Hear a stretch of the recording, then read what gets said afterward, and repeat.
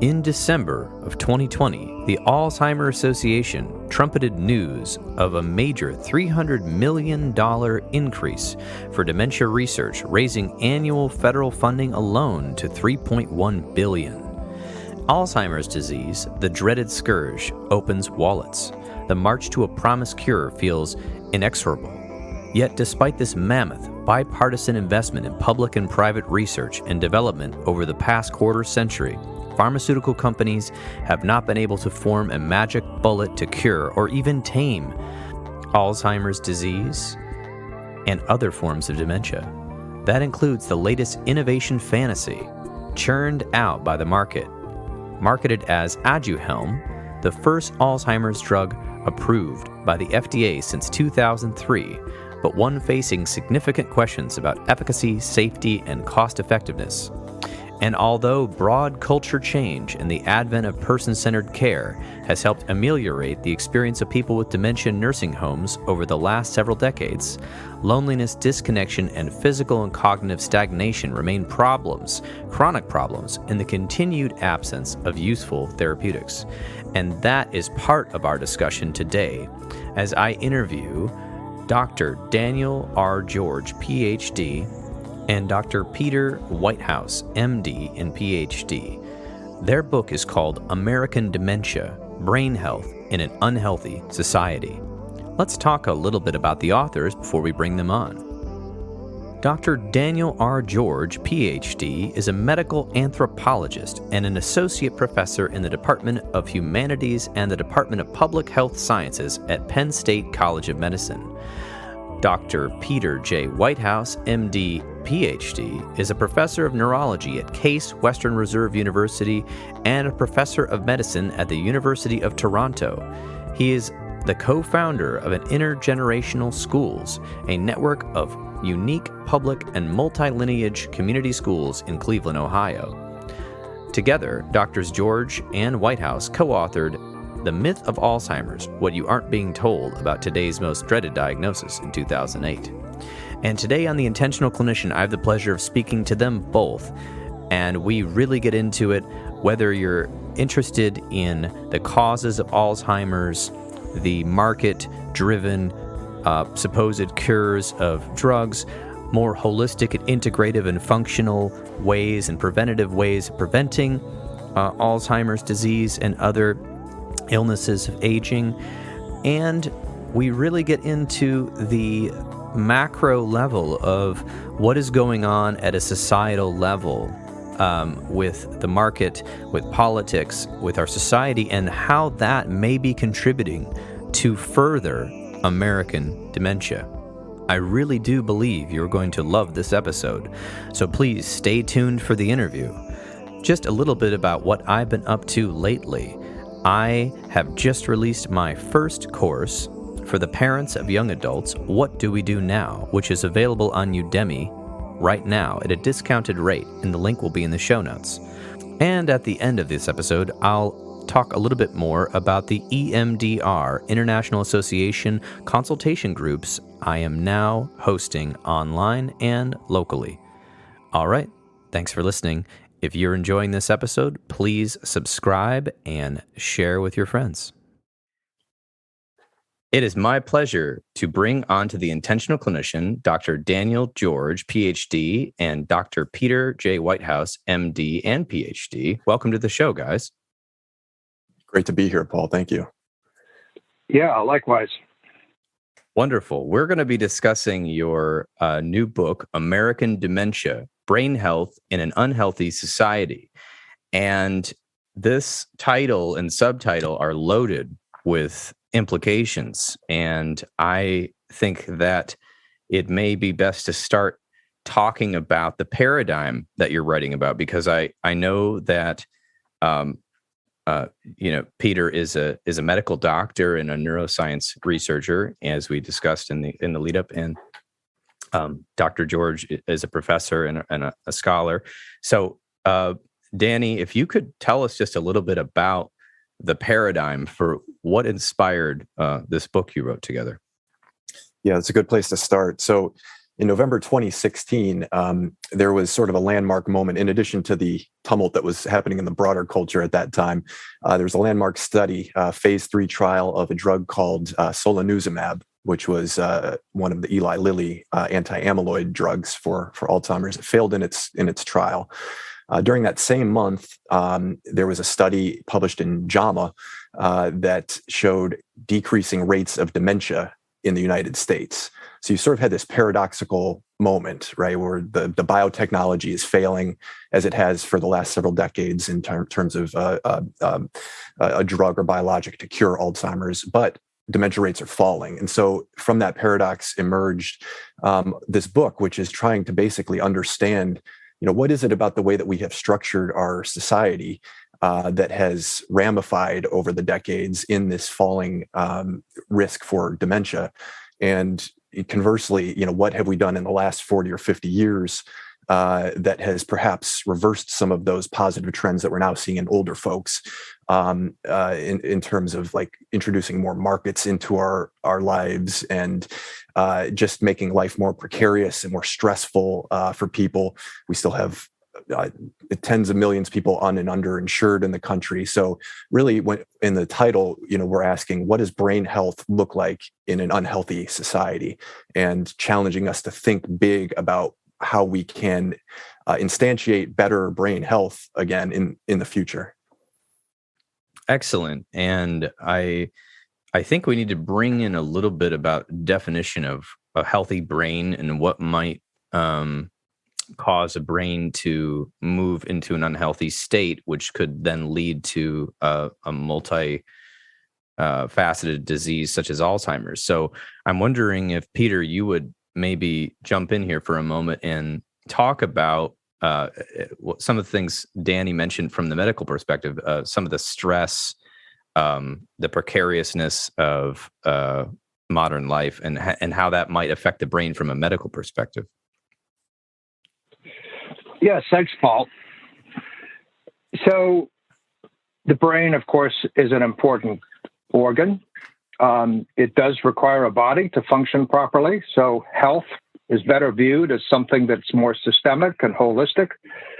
But the brain, like the rest of the body, requires adequate nutrition, adequate stimulation, both physical and mental, adequate engagement in community in ways we could discuss going forward, because part of our concern is that it's our communities that are unhealthy. But as a physician, I would counsel the individual patient to attend to these factors to keep their brain healthy: the diet, exercise, and social engagement. The brain health word has risen into huge ascendancy as people have recognized, just as Danny said, that preventing illness, preventing disease, and maintaining health is a better long-term strategy. As a physician, I became very concerned about the general notion in the field that the way to prevent disease is to take a pill. We say we have pills for ills, but sometimes it's not clear that we don't develop the pills first and then go looking for something to treat. So I became very concerned about the role of the pharmaceutical industry in keeping us healthy or not. Yeah, so I think that's a good intersection right there to discuss some of that, because as a person in the field of psychology, we see prevention as pivotal to mental health, and ongoing maintenance without drugs or without therapy involves all of the things you mentioned. An individual being able to regulate their environment at least somewhat with exercise, diet, working on stress-reducing activities, socialization. We see those as the markers that prevent mental illness. And you're talking, of course, broadly about all illnesses. And so we also see the promises on the commercials on television and on the internet about, if you take this pill, all of a sudden things are better for you. And from all sorts of things. And as you said, as we've obviously established, there's been a lot of excellent medications that have helped save lives. But there's also this sort of idea that if there's a symptom, you can play whack-a-mole with symptoms, and for somehow that's preventing disease. Whack-a-mole is a fun game where the moles come and you hit them with the mallet. So it's like whack-a-mole with symptoms, and then you all of a sudden this is somehow, curing everybody. But I think what I've understood from what my field is that that's just a Band-Aid sort of covering up and palliatively, temporarily sometimes helping the person feel better, but it may not necessarily get to the roots of the actual disease or the reasons the person is having the symptoms to begin with. So, Danny, you have a lot of knowledge about some of the trends in society and some of the markers that, are even economic in implications and how that is shaping our society into what we might call an unhealthy society and how that might affect brain health. So based on what Peter laid out and what I've been saying from my experience, can you talk about maybe some of the trends you're seeing in society that may be sort of causing some of these issues, and then of course the marketplace's answer for that? Yeah, sure. So I'll underscore again the study that I mentioned in 2016, which showed falling rates of dementia for people in their retirement years in the United States. That finding has also been noted in 5 other countries: in Canada, the UK, France, Sweden, and the Netherlands. So we're seeing these falling rates of dementia. And that makes you ask, well, why is that happening for people who are in their graying years now? And so you look at the mid-20th century, sort of post-World War II, and you think about, as Peter was saying, what processes in the society, kind of produced better brain health. And you look at things like the GI Bill, for instance, which introduced higher education to 10 million more Americans. You look at improving healthcare systems. For every country other than the US, they implemented universal healthcare systems. So that led to better treatment of vascular risk factors, which we know impact brain health significantly. Smoking cessation rates fell substantially. About 44% of people smoked in the 60s, and now it's down to around 10% in the US. That's due to public health campaigns for smoking cessation. We obviously de-leaded gasoline in the 70s through the Clean Air Act. So a lot of these public health interventions that were sort of the result of social democratic investments in population health seem to have ramified in better brain health and cognitive reserve for the cohort of people who are now advancing into their graying years. But as you say, Paul, we've, since the 70s, we've sort of substantially dismantled a lot of the New Deal structures in place. We've introduced marketization into almost all aspects of our lives. There's been wage stagnation for the last 40 years. There's been austerity regimes put in place that have cut social services for people. The American working class has really struggled during this time period. And of course, education is one of those resources that we know is protective for the brain, but has been financialized over the last several decades, pricing a lot of people out of education. So the worry is that the trends that we saw sort of initiated in the mid-20th century are going to now be reversed as a result of the unhealthy society that we've sort of put in its place, which has led to runaway inequality and austerity and falling lifespan now, as we know, and deaths of despair in the United States. So it's sort of a bleak picture, unfortunately. But the positive message of the book is that there are things that we know pull the levers in society that can impact brain health in a positive way. So I think I'm going to have Peter comment here, but my first comment is, so with these large advances in society with the New Deal and all these other public health campaigns and social services, all of a sudden we saw dementia rates going down and other things like that. We saw health improvements.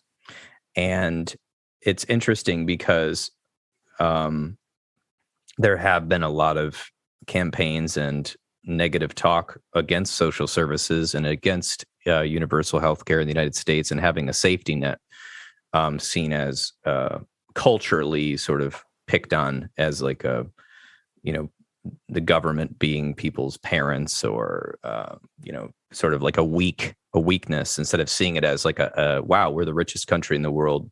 If we provided this, imagine having a basic safety net for our individuals. How much more could we excel? How much better could we get as a country together? And what I'm hearing is those public health investments, you can sort of correlate with, death rates, dementia rates, these sort of things, and how long people were living and how well. These things had a greater, broader impact that trickled down to the individual. And then, of course, we saw with the COVID-19 crisis, multiple different things we saw, but just one of them, if people weren't dying from the disease, they were stressed out about the lockdown or the changes in their life. And we saw alcohol drinking rates go up. I know marijuana sales were through the roof. I'm not really sure about cigarettes, but, and then we saw a lot of other unhealthy things coming out. So it's like, what I'm hearing is, if the society as a whole invests in the health of the people in a preventative way, then we're actually seeing this on a medical level, and we're seeing this in the research that these have broad effects, that maybe we don't need just some magic pill to fix, in this case, Alzheimer's. Peter, Danny, feel free to comment, and then Peter also. Well, yeah, I can hop in. I appreciate that point. In the book that we are publishing, we talk not just about cognitive reserve, but about population reserve. So, what is the result of these investments in population health and public health? You see them at the population level, so we really, our charge in the book is to think about the structures and systems and institutions that can multiply brain health across large numbers of people. Our book is not a self-help book. It's an other help book. We're trying to get people to think more broadly about brain health, not just their own brains. And of course, that is a very tough sell, because, since we've marketized everything, what Peter and I call the marketplace of memory, we have not just, billions of dollars going into drug development to find the pill for the ill, that will cure Alzheimer's or slow its treatment, slow its onset. But you also have brain health products, digital games, apps on phones, a lot of these products that are marketed in very disingenuous ways, around individual consumption. The idea that if you have if you're an enlightened consumer and you eat your blueberries and pomegranates and play Sudoku, and buy the latest gadget that's being sold to you, in the zombie ads that follow you around on the internet, you will prevent Alzheimer's disease. But we're saying that whole proposition is empty and hollow. We need to be thinking again, remembering the lessons that we've forgotten with our American dementia about what has truly impacted brain health at the population level over the last 50 years. Excellent. Yes, that makes a lot of sense. Peter, can you chime in here about your perspective? Absolutely. Let me build on a word that Danny used, lever. A social or cultural lever. And it gets to your comments about COVID, Paul. We think that thinking deeply about brain aging, how the brain works, and how we as a society need to figure out how to act more collectively. Probably the best thing for brain health is not any kind of individual mental activity, but a social activity. So COVID has certainly told us that our country, particularly in certain states where the politics drive towards individualism, is challenged to mount a collective response to something that should be more easily addressable if, in fact, we could work together. I would add the climate crisis, because I sometimes say that the greatest threat to the quality of life of people with dementia is not disinvestment in basic research, it's climate change, because it's the greatest threat to all of us. So if you lever our thinking, our narrow thinking, that we can just fix things with a computer game or a pill, then we can take brain health into a broader area of social life that says we have to make some fundamental changes in the way we act collectively. And as Daddy said, that gets into economics, it gets into politics.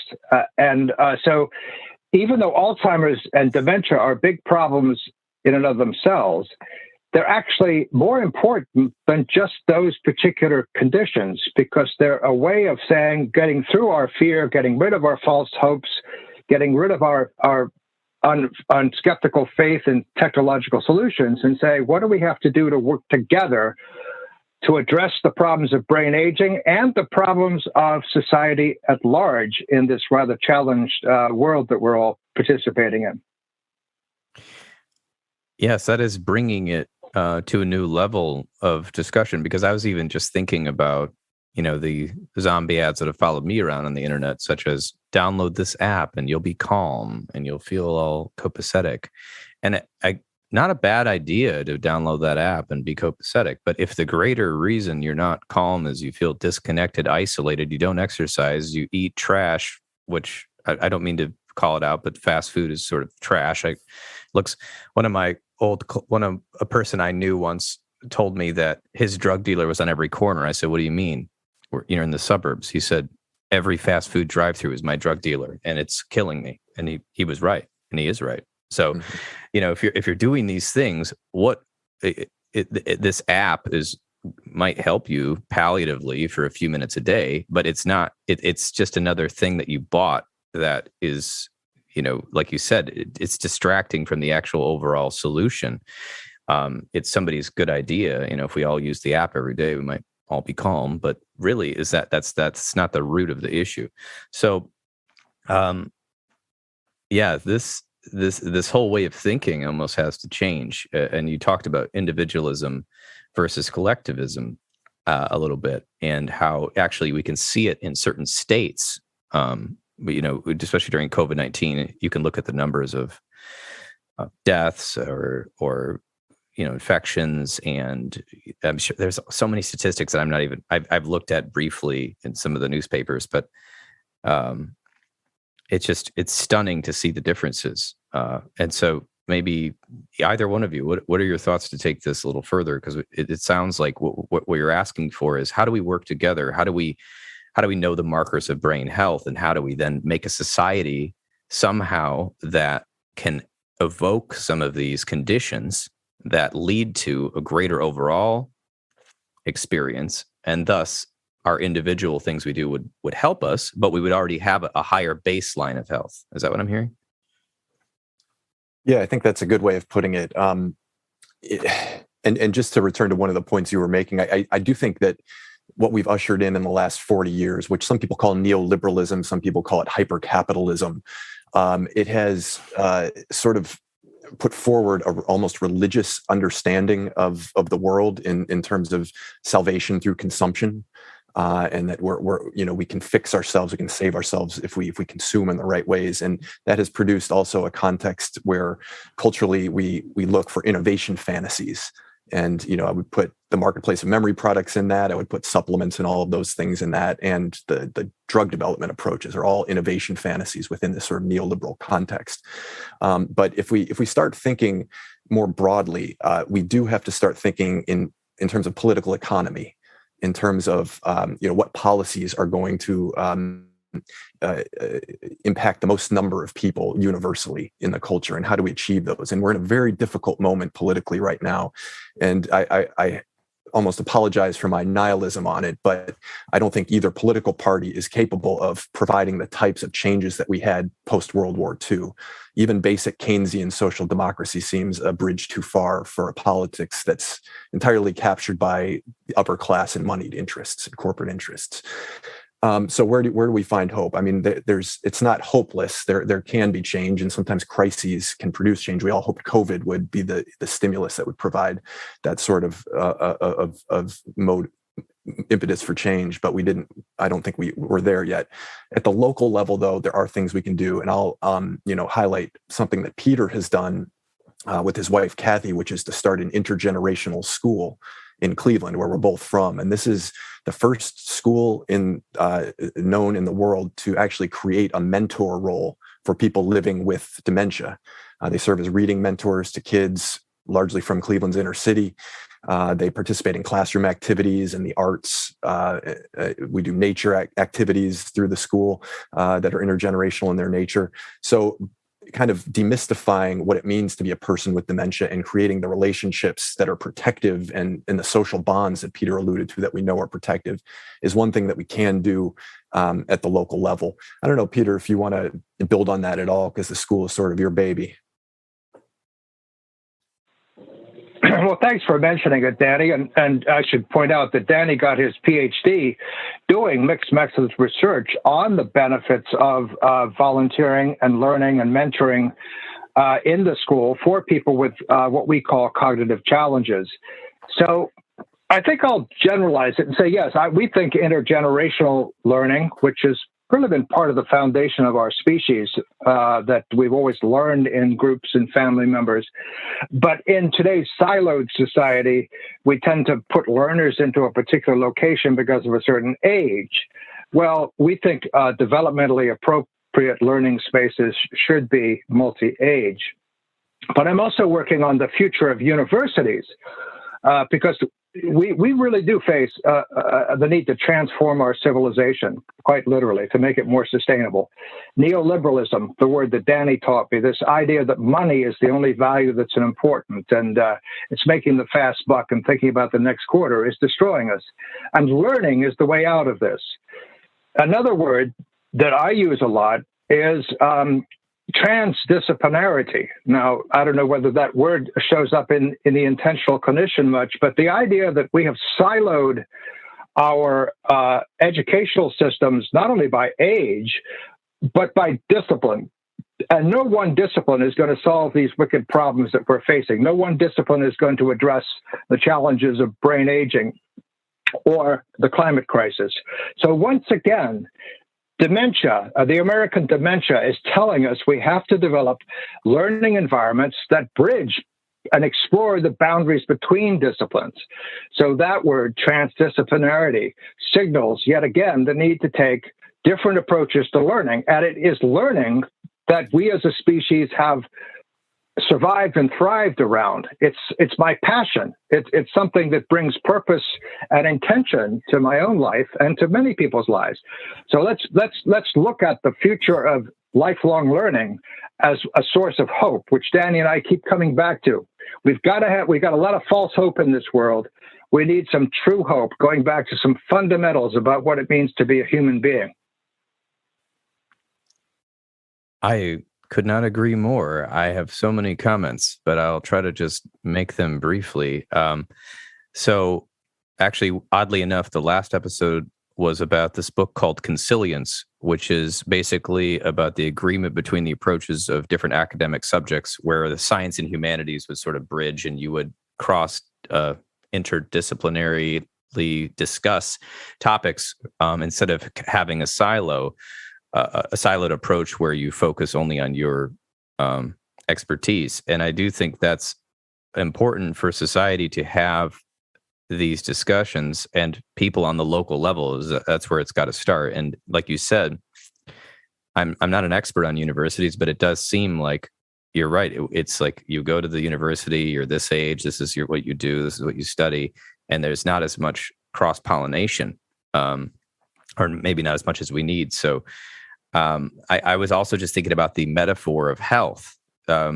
If you only look at one system of the body as the problem, we know from functional medicine that you're probably missing the boat, because all of the systems tug on one another, and sort of, that's another metaphor, not really tug, but sort of affect one another. So if we're only, if we're treating depression and we're only thinking about the brain, and we're not thinking about the fact that this person has massive inflammation from their diet, is isolated, is, having problems at work, having problems with housing. And we're like, oh, well, they have a chemical imbalance and Prozac will fix that. A chemical imbalance is such a snake oil term, because of course they have a chemical imbalance. We all have chemical imbalances all the time. It's a matter of, on the spectrum of depression, but to say to the person, wow, your brain is broken, sorry, take this, that's kind of not the whole. That's not even close to the whole story. The whole situation they're in is broken, and that's causing this symptom. So I was thinking about how you were talking about the siloed approach in the disciplines and not working together, and how that is actually a metaphor for what I see is happening in healthcare as well, and also probably driven by market forces. And getting back to some basics, I don't know if you are both familiar with Dr. Daniel Siegel and his series of interpersonal neurobiology. He's out of UCLA, he's a psychiatrist, but really interesting, very holistic and integrative person. And he just talks in his book about interpersonal neurobiology. And I think you actually said it earlier, Peter, about these like 5 or 6 factors for the healthy brain. And he did it by statistics. And I don't have it in front of me, but one of them was like having time to reflect, so downtime, having time to socialize, having time to recreate, working on something that you're passionate about, or a job or something like that, making sure you have adequate sleep, and then nutrition. I think those were the 6 or 7 that he mentioned. And he had every study correlating or showing how this showed up. And it was just interesting how what you were talking about, the situation of neoliberalism and the market driving everything, and money being the most important thing, underlying it, even if people say it's not, it's behaviorism. You can see it in behavioral economics. You can just see that this is what's driving the discussion, that we're missing those things as values. And I think that those things, if those things were value, that is prevention in a way, because that's people taking care of themselves. But it's also, if our society doesn't have, if we don't have some sort of way to educate people to help them be able to do this, we're setting them up to fail. And then we're setting them up to be dependent on multiple addictions, which feed the marketplace of those things like food, drugs, alcohol. And we're also feeding the marketplace of pills to fix those things, thus increasing market shares of things that could be prevented by behavior changes. So anyway, that was, I guess, my comments on that. Where are you guys at with that?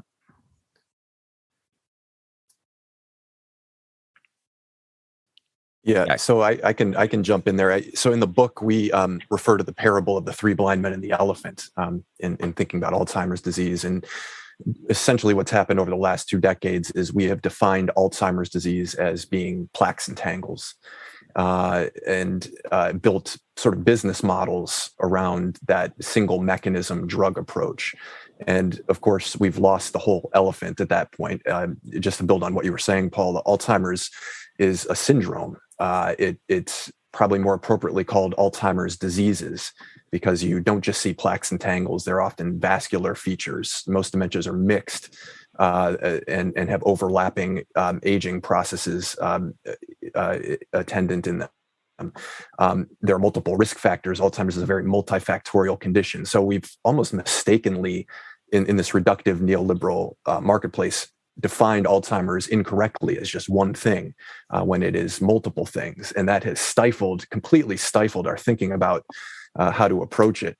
To go back to the question you asked me before, I don't want to be too nihilistic, but if we do think about the whole elephant and how our society could help people at the population level that we're discussing here, I mean, obviously, if we think about the wisdom of the studies that we were talking about before, providing healthcare universally would treat the vascular risk factors that are part of this syndrome, right? Providing universal higher education and vocational training, which has been talked about for years, would help build cognitive reserve to help with this syndrome.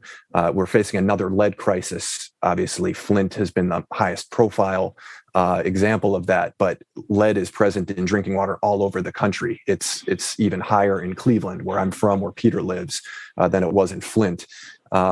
We could overhaul our infrastructure and get lead out of our water. We could provide a living wage for people. We could provide better security nets and safety nets. All of those things, when we think about the whole elephant of what causes brain aging, what causes dementia, all of those things would help us kind of see the forest for the trees and make a real impact. So I would question the how realistic those things are in our current political arrangement. But if we were to have a roadmap for things that we could collectively do, I think that would be a good place to start. So just to pick up on the forest for the trees and to connect Danny's comments to what you were saying, yes, Mother Nature modern society has tended to separate human beings from Mother Nature.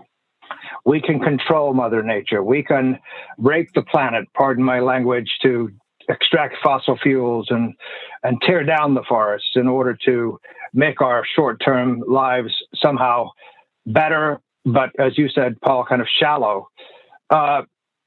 Change is coming, and it's coming faster than we expected. The latest IPCC report, suggests that major changes are afoot. If we needed more information about that, I mean, just pick up the paper and see what's burning, what's drying up, what's flooded. So change is going to happen, and the question is, can we human beings learn about these ourselves and these changes in order to act more effectively in the world? The problem of aducanumab, that very unfortunate approval, is going to disappear when other problems essentially give us more concern. So I want to just say one last thing, which is connect to why I like the title of your podcast, The Intentional Clinician. What do human beings bring into the world? They bring in purpose and intention. And this is a time to really reflect, as you also said, Paul, on what it is we get joy out of in life. Is it the quick availability of fast food, or is it the family gathering around traditional ethnic food? Well, I think we know the answer to that question. We in fact, have to go back. Modernity is destroying us. That's to say, this techno-science faith that we have. Look at the indigenous peoples, how they teach us about relating to nature, how they teach us about the important things in life. And that includes the power of stories. We are and that's been a feature in your podcast for quite a number of sessions, the idea that we have to tell a different story about why we want to get up in the morning, what is our intention, what is our purpose, how do we want to help other people, because that's the way that many people get deep meaning in their lives, and we seem to have forgotten that in our hyper-individualistic society.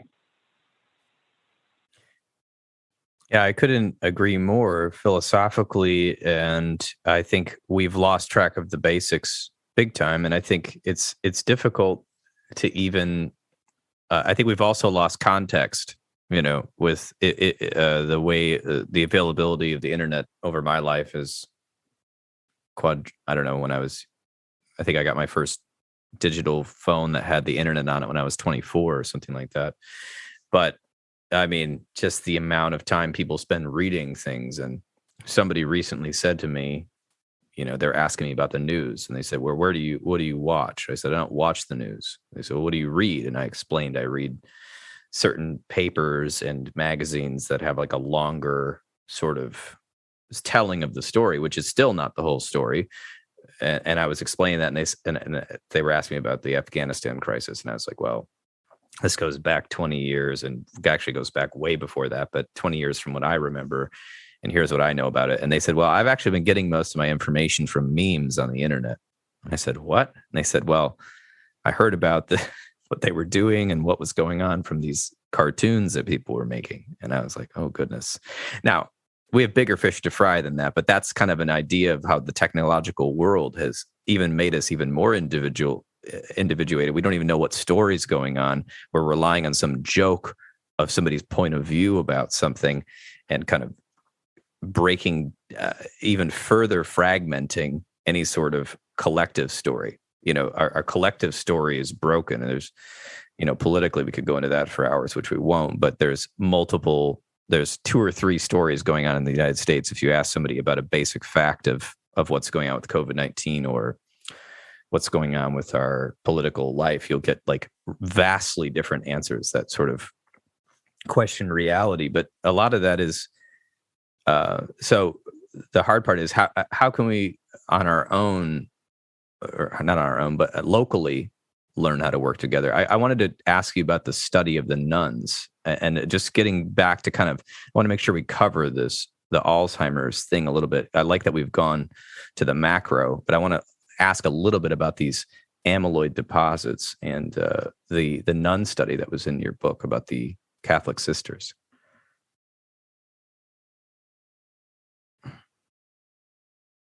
Sure.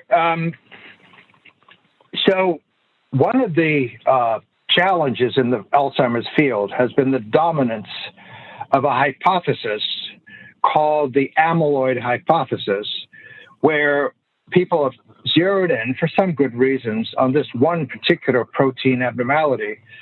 That's what aducanumab is supposed to address, and that's where a lot of the techno-scientific optimism is coming from. But the nuns were just one of several studies that showed that people can live into late life as perfectly functional, happy members of a community, in this case, a religious community, scattered in a number of places around the world, where the nuns offered to donate their brains after they died so they could be studied, and found what might relate to why some nuns had some cognitive challenges and others didn't. And they found that about 40% of the nuns had this protein, amyloid, in their brain, but did not have cognitive impairment. And so that is a real challenge to those that think that getting rid of amyloid by aducanumab, or Aduhelm, as you called it, the brand name, is the answer to brain health. The nuns had a healthy lifestyle. They had a community. They had lots of things that were important for brain health. But one of the things that community demonstrated, because of their volunteering for this study, was having amyloid in the brain does not necessarily relate to having a dementia, a very important contribution. And so that kind of goes back to how are we living and how are we aging? And we were talking about how everyone's living, but if we talk about how,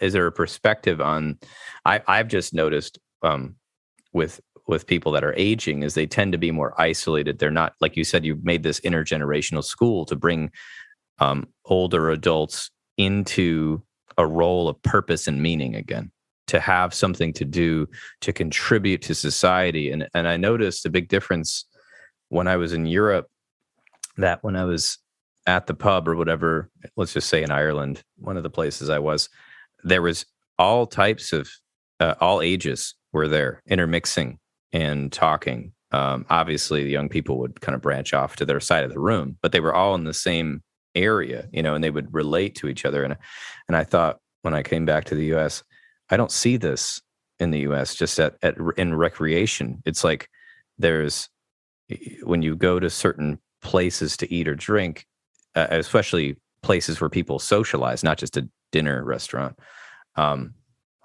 we're very separated by age, and there's not a lot of cross-pollination. And then I think about older adults that I've known being more and more isolated. And I thought, from the psychology standpoint, isolation is one of the worst things that you can do for mental health. And I'm thinking, okay, is that having something to do with the fact of, just senility, or whatever you want to call it in a broad way, which is, I don't even know if that's a medical term, but if you don't, what did they say, that if you don't use it, you lose it, right?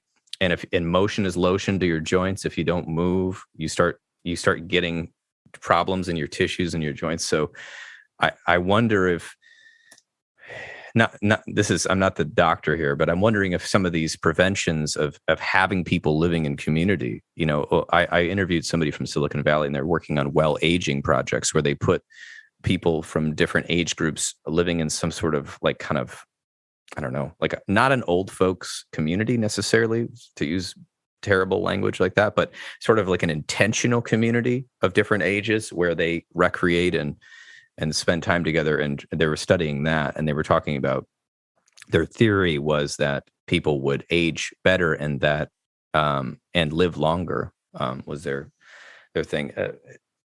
Last thing I'll say before leaving it to you guys, I saw another comparison with the Nun study and the focus of the drug companies on this amyloid deposit. It reminded me of Dr. John Sarno, MD. I don't know if you know him, but he did hundreds of studies on back pain and unnecessary surgeries. And what he was noticing was that people had this theory that if you had this certain spinal degeneration, you were going to have all this back pain. And then the only way, according to this theory, to cure it, of course, was with very expensive, invasive surgery that could possibly then lead to massive long-term side effects.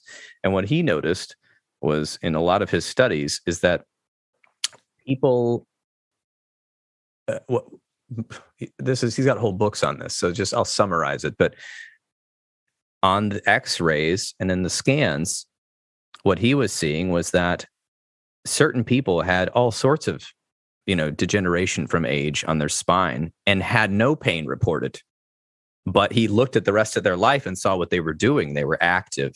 They had emotional outlets, social outlets, pretty good mental health. And then he looked at people with the pain of all ages, with or without degeneration, and often without, complaining of this back pain, this lower back pain. And he was noticing then sort of bigger picture things going on in their lives, including mental health issues, difficult jobs, and stress, and how then they were all getting these back surgeries that were unnecessary. So he was a pioneer in sort of showing that our understanding of back pain based on this theory that spinal degeneration is causing this is actually not a solid connection every time. So anyway. So as the neurologist who sees lots of older people with back pain, I can certainly endorse that perspective. The last thing you want to do is to have surgery unless it's a very specific reason. And in fact, this is a lesson in this neoliberal environment that we live in. About 35 years ago, we had an Office of Technology Assessment at the U.S. Congress. It was their information arm. I was the co-author of a report on Alzheimer's disease, the looming crisis back then. OTA no longer exists because a bunch of Republican right-wing back surgeons objected to the very objective report that the OTA did that found exactly what you just described. And they got together and they essentially eliminated the ability of our Congress to have an information arm. There are some signs that might come, that people are advocating for it coming back.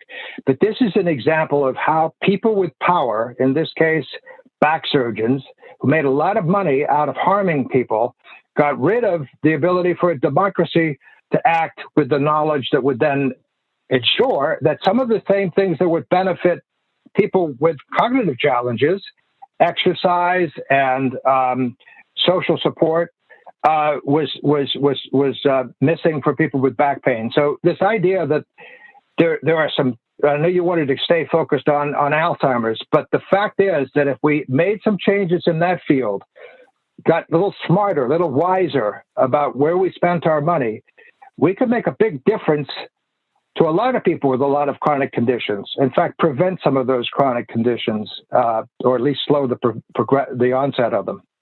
So it's a big issue, Paul, and I like your comparison, which I tried to emphasize and draw together. Oh, yeah, I'm okay. I think I really want people to read the book. And so there's a lot about dementia and Alzheimer's in there that people can read. But I do like that you're both extrapolating this to how our society is currently functioning. And so I had another comparison, but I want to lend it over to Danny for a minute because I think he's got something to say about this. Oh, absolutely. No, it's fun riffing on what you guys are saying here. But, to kind of connect to something you said before, Paul, I think we have to be clear-eyed about our political arrangement right now and the sort of class solidarity that occurs among the wealthy and super wealthy and their capture of our institutions. And if we're going to have any corrective to this, working class solidarity is imperative. And why don't we have that? Well, as you said earlier, Paul, we have a sort of marketized news environment that fragments the working class along the lines of culture war. And so unity and shared sense of purpose and interdependence just get fractured into a thousand pieces. And I think we need to, any attempt to correct the course on our unhealthy society needs to start from the premise that our politics are broken. But, you know, one thing I want to build on from what you said too, Paul, is we have this trope in Alzheimer's where we talk about a loss of self. But one of the really harmful things for people with dementia is the loss of place. So, you know, thinking about the end of the life course and the loneliness and the sort of toxic isolation that can happen. Obviously, there are things we can do to mitigate that. Things like senior centers, which are increasingly being framed as intergenerational centers, but which have been on the cutting block during the last decade of austerity. You know, both parties have cut things like senior centers and funding for senior centers. So we really need to be vigilant about those things. We also need, in thinking about Alzheimer's as a lifespan condition, to think upstream. Because if you think about something like Flint had 80,000 jobs in the mid-century, and it now has less than 8,000. That led to cutting the environmental regulatory agencies through their austerity cuts at the state level. It led to cost savings in switching from Lake Huron to the Flint River as their water source, and the corrosiveness of the water obviously is what led to lead poisoning. But if we're thinking in lifespan terms here, those kids in Flint who are exposed to lead, they're going to have less cells and synapses. They're going to have increased risk for heart disease. They're going to have just simply less cognitive reserve as they advance in their lives. And so, in thinking about brain health, we really need to think about that lifespan approach and how can we redirect our broken political system so that we are creating healthy bodies and healthy minds across that whole lifespan and not selling anybody short or leaving anybody behind. I think that's where the real challenge is. So let me just build on that, because I'm the geriatrician, but I think about the future, and I think about when the kids in our elementary schools are elders. That's one of the problems our society has to do, is take that long-term perspective. So let's think about how we build communities, not just to be beneficial for older people, but like those senior centers or our intergenerational schools where the generations work together. Let me say a couple of summary things about Alzheimer's disease that might entice people to read American Dementia, Brain Health in an Unhealthy Society, by also mentioning our first book, The Myth of Alzheimer's, What You Aren't Being Told About Today's Most Dreaded Diagnosis. They kind of go together. There's a 10-year gap between them, roughly speaking. Alzheimer's, as Danny said, is not one thing. Every time you hear somebody call something, particularly a disease, by a single name, be suspicious. It's a syndrome. There are multiple things. And we don't even know whether it's different than brain aging. Paul, you used the word senility, which has kind of gone out of favor. But the idea that there are aging changes that occur in in our brains and in our backs is really something important to recognize. So the idea that this is something that can be fixed because it's one thing different than aging is not right.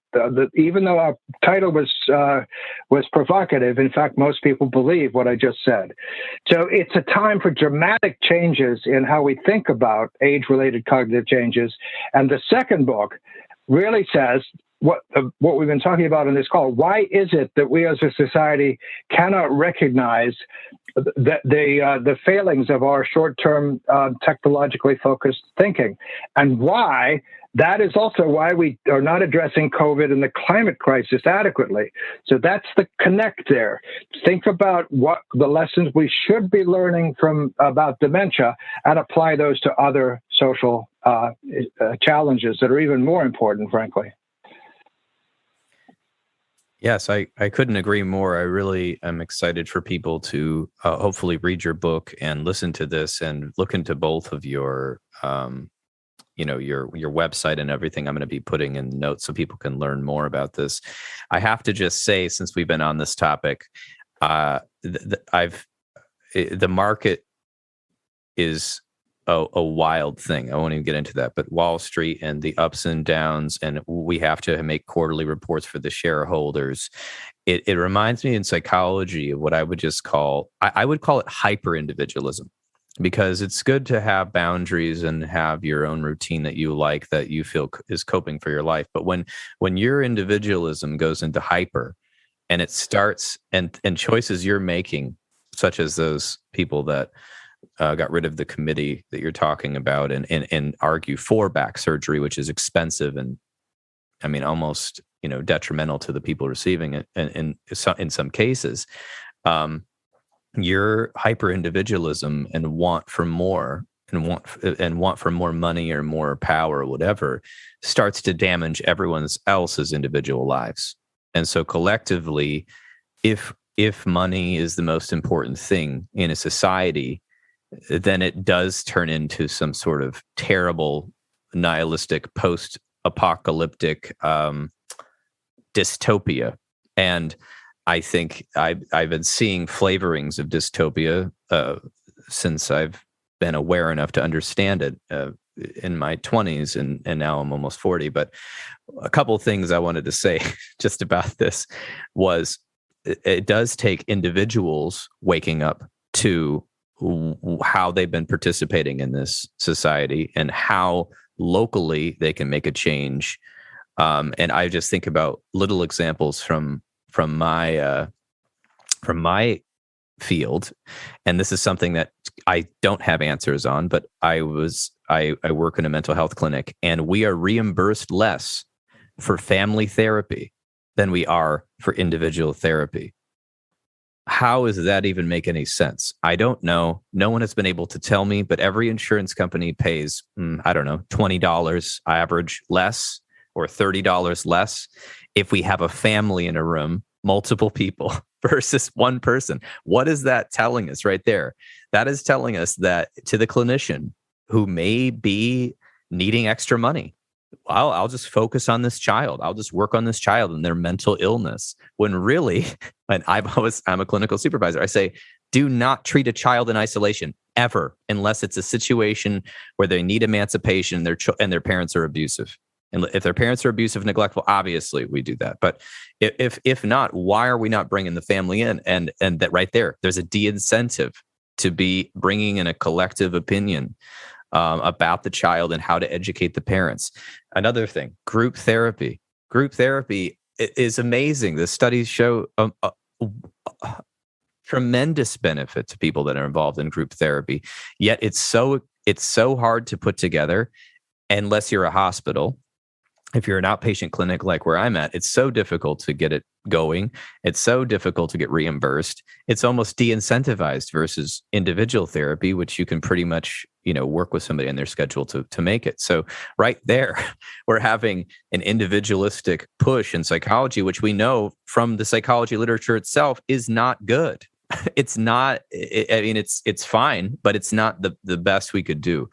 The other thing I want to just throw in here, which and then we'll kind of have you both kind of talk about how people can learn more, was just another comparison that just came into my mind with this dementia study that you were talking about with the Alzheimer's. But the study there's multiple studies of this, but the Baylor College of Medicine study from 2002 that found that common knee surgery was no better than placebo in the New England Journal of Medicine.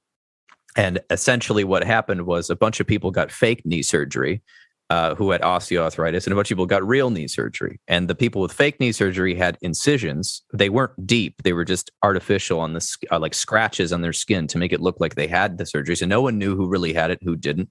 They went under anesthesia. And the people that didn't get the knee surgery, the randomized group, actually there was 3 groups. But anyway, the long and short of it is essentially the people that did not actually get knee surgery went to the same physical therapy that the people with knee surgery went to. Of course, they could go sooner because they didn't have as much inflammation and swelling and all of this sort of thing. And they recovered at a tremendously larger rate than the people that had actual knee surgery, because they were moving around and they were learning how to move with the damage in their knees, or with their aging knees and the osteoarthritis. And the groups who had the knee surgery recovered at a much slower rate, and a lot of them had continual chronic osteoarthritis thing. So right there is kind of playing into the whole paradigm of what is Alzheimer's. It's a syndrome. What is this difficulty with aging, and how do we handle it? And how, and there's some bigger, of course, local implications, but there's also the larger societal implications. So anyway, that was my last comment. I want to hear what you both have to say, kind of in closing, and then maybe where people can learn more, and of course your book. Yeah, no, that it's amazing how the incentives of the economy drive us away from common sense, as you're describing, Paul. And some people refer to the economy, since we've sort of unleashed the beast of it starting in the 70s when we started deregulating the economy, referred to it as the zombie economy, because it just lurches forward, towards quarterly earnings, trampling on anything in its path, outsourcing tens of millions of jobs, and not investing in anything unless there's a business plan in place. So there's a business plan in place for amyloid. That's why we're getting billions of dollars invested in these drugs that don't work. And so, ultimately, as Peter and I say, this is American dementia. We are facing a type of psychosis. We're not very good at our activities of daily living, as Peter says. So the culture does have a bit of a dementia and limits to its thinking right now. Until we can break out of that and start thinking outside of a market logic, about collective investments, things that we know will benefit everybody, that maybe not be profitable, perhaps, or part of a business plan, we're not going to make progress against the syndrome that is Alzheimer's disease, which is multifactorial and a lifespan condition. And so really, Peter and I want that to be our message. We need to think in a radically different way about what we mean, what we talk about when we talk about Alzheimer's disease. Well said, Danny. And let me throw a word in that's part of my teaching these days, my intergenerational teaching. So I teach a course, Wising Up, Designing a Course for the Future, and another one, Wisdom Sits in Places. So it is time for the Homo sapiens that we say to be, to wise up a bit and recognize that we have created systems that are dysfunctional and unhealthy. One of the things we have to do is speak truth to power. And as Danny knows, my department chairman, after he took a look at our book, said, hey, you guys are speaking truth to power. The power is the pharmaceutical industries. The power is the co-opted experts who get paid millions of dollars. And the power also is the National Alzheimer's Association, which is a difficult group of people to talk about because they do good at the local level. But the national leader of the Alzheimer's Association took the credit for getting this aducanumab, Aduhelm approved, which they deserve, unfortunately, in a very negative way. They push this because they need to push the dominant ways of thinking about the disease because it serves their personal and organizational missions. So follow the money and try to figure out who really has the best interests of patients at mind. And sometimes it's not the people that are claiming they're putting the patient's interests first. I hate to make that as a negative message, but part of wisdom is looking for power, looking for money, and saying we've got to change the way power and money are distributed in society. And I really don't know any better way to summarize it. And I think that involves, in the psychological sense, not just growing older and richer, but growing older and wiser. And that takes usually very uncomfortable conversations, uncomfortable situations. And that's how we do grow. And I'm very happy to have met you both and have a copy of your book and interview you, because I think you both are trying to live that truth and speak the truth and not just go along with something that sounds like a miracle drug. I mean, I remember hearing the news about Aduhelm, and all of a sudden, whatever company I don't remember what company made it, but their stock price, of course, went up, to some unimaginable level, and everyone's cashing in on the short-term buy sell of that. And so I'm really glad that you both are sticking to your values here. And I think that's a good example for any listeners who are out there in whatever field they're in. So I want to make sure that the listeners can not only, of course, find your book, which American Dementia, Brain Health in an Unhealthy Society. And of course, an easy way to get that is just to type that into Google or americandementia.com. Of course, I always advocate buying directly, or bookshop.org, where you can buy a book online, and the proceeds of any extra proceeds go to local brick and mortar bookshops where culture is made. Danny, if you want to tell us a little bit more how people could reach you, and I'm going to, of course, put a lot of things in the show notes, a lot of links for you in the show notes. Yeah, we appreciate that, Paul. We also keep a Facebook page based on the title of our first book. It's just The Myth of Alzheimer's. If you search on Facebook, people can find us there and communicate with us there. I'm on Twitter at DRG Daniel George, and Peter's on Twitter too. I managed to get a boomer onto Twitter. So, Peter, I can't remember your handle at the moment. Do you want to share that? Golly day, I'm not sure I can remember it. So it tells you haven't succeeded yet, Danny. Well, if your name's on there, we can find it by searching. Probably the sleuths will find you. That's right. And then lastly, Peter and I are going to start blogging for Psychology Today this fall. So we'll be there. And just to put a bow on what Peter said and what you said, Paul, we're even if we face a reality right now where things aren't amenable to change so much, what we can do is tell the truth and try to describe the world as it exists. And so that's what we're going to try to do with this book rolling out.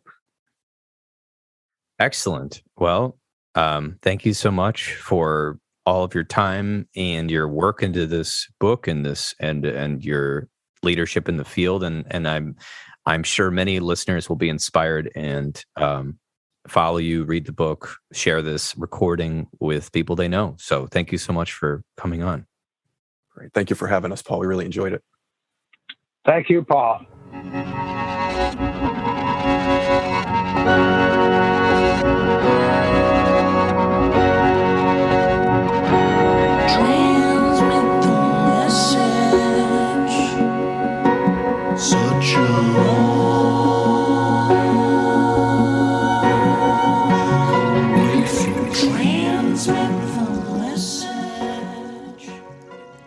And there you have it.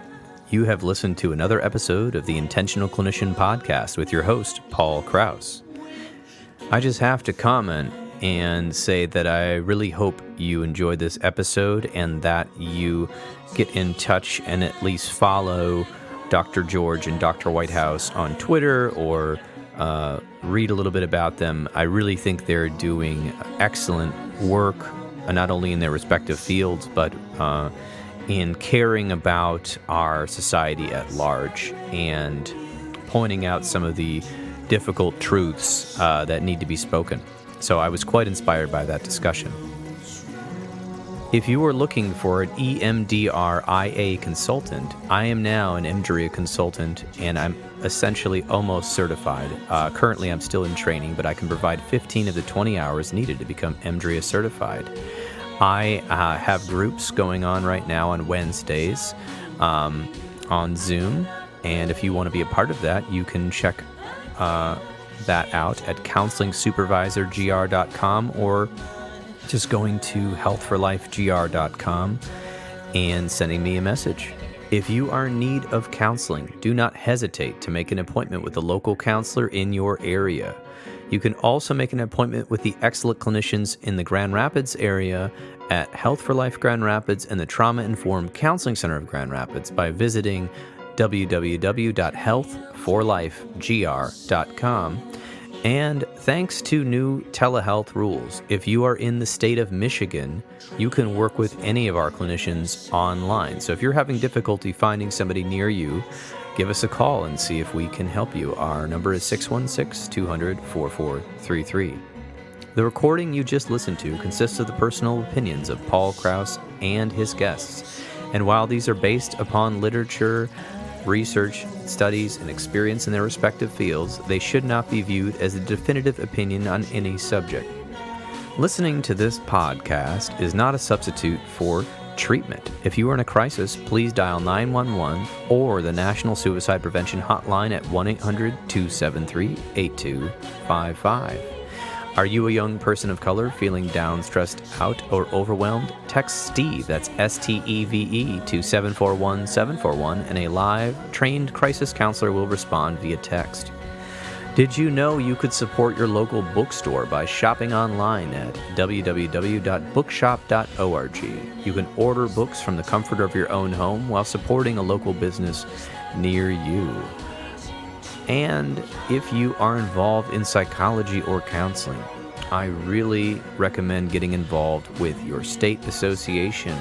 Here in Michigan, we have the Michigan Mental Health Counselors Association, which is working to increase the availability of quality mental health services statewide, increasing education and promoting best practices, and of course, working to keep licensed professional counselors and other professionals accessible by the public. You can join by checking out their website. Of course, I'm also a member of the Arizona Counselors Association, which I also see as doing excellent work. Until next time on The Intentional Clinician, I'm wishing you all a safe and peaceful week.